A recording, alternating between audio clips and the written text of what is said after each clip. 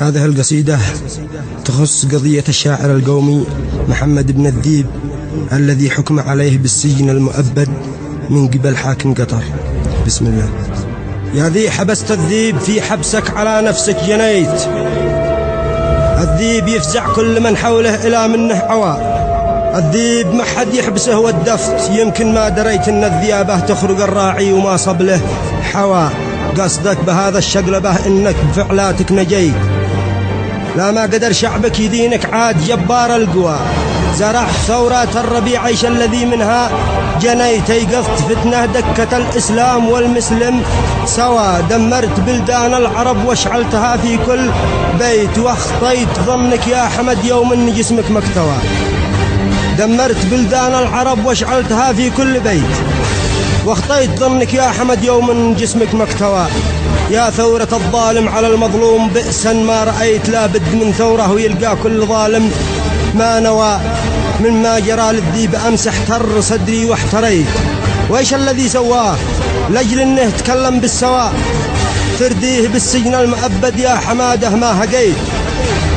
ما خفت ربك ذي على السبع السماوات استوى، ولا ضميرك أنبك تعطف على من له وليت، يعني قدك حاكم تسوي ما على راسك دواء. الذيب من أبناء شعبك وانت بالحكم ابتليت،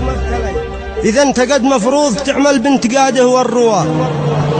مش تحبسه مثل الذي فوق الهب صب الأسيت وكبت النيران وجهه لمن تصروفه قواء. كم يا وساطه لجل تتراجع ولكنك أبيت، ما عاد قدرت النشا ما خاب وجهك وانطوى، وكم قصايد وصلتك لكن حسافه ما استحيت، أهنت قيمة كل شاعر جاك عالي مستوى،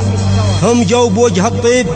وأنا بالعيون الحمر جيت، من بهررة أهل اليمن لا قد نوايف زع نوى،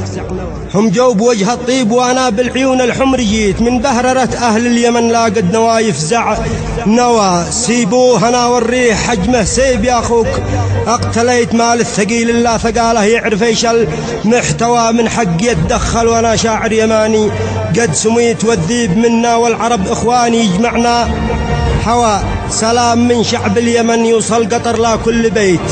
القالين أهل الشهامة طب قلبي والدواء، وأخص بالذكر الإمارات الشقيقة والكويت، وكل دولة يا عربية من لدين الله أوى، مهما تفرقنا دول فالدم واحد مستبيت، والقوم يهمأ عروبتنا إذا العالم خوا، بستأذن العربان أيضا وانتقد فيما بديت، من ذل حكام العرب كلين بالقهر اشتوى، الواقع اقضبني ومما شافته عيني دثيت، والقهر والباطل ثقل حمله ونكض بالجواء، شفت البري مسجون والسجان مجرم مستميت، والذيب دار الثعلب المكار حوله والتوى، والحر يستعبده عبد القرب يا عيني بكيت، والشاعر القومي سقاه الذل خاين وارتوى، وهامة الأمة تهاوت في لظى الصمت المميت، من ما رفع راسه نلفق أي تهمة واهتوى، لصارت العزة جريمة في زمن راوق تبيت، بسيط حبس الحرية يحبس على الناس الهوى، واش تهمة ابن الذيب يا ذيب المؤبد له قضيت، لو شفت حالك قبل تحكم وين بالذنب ازدوى، يا ذيب هل أبتعت في عرض العروبة واشتريت، وبقيت لعدانا قواعد في بلادك مئتوى، هل احتلال القدس متساعد وبالذلة رضيت، وتمول الإرهاب من أموال شعبك للثوى، وبالجزيرة تنشر الفتنة وللغزو ارتشيت، وللجيوش القومية زعزعت وانهكت القوى، ومن ثقافة غربية يا كم وكم مسلم أذيت، في قصة الموزة تقود القرد والراوي روى، لو كنت هذا تستحق إعدام يا خاسي خسيت، لكنك الشهم البطل يا ذيب والمعني هو، لو كنت هذا تستحق إعدام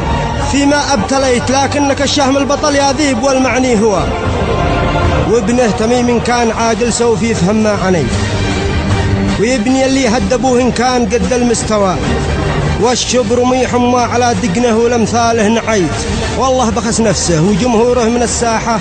ضوى، ناديت لأصحابك وانا يا ذيب للفزعة أتيت، بجيش قاده شوق من شعري لوا يتبع لوا، بحتل حبسك مثل ما صدام احتل الكويت، وكل من يعمل بجهده والعرب تفنى سوا. انذرت سجانك وانا ابو فهد جاهز بالونيت، ويل الثعالب من حنين الفهد لو سنوه حوا. سلام.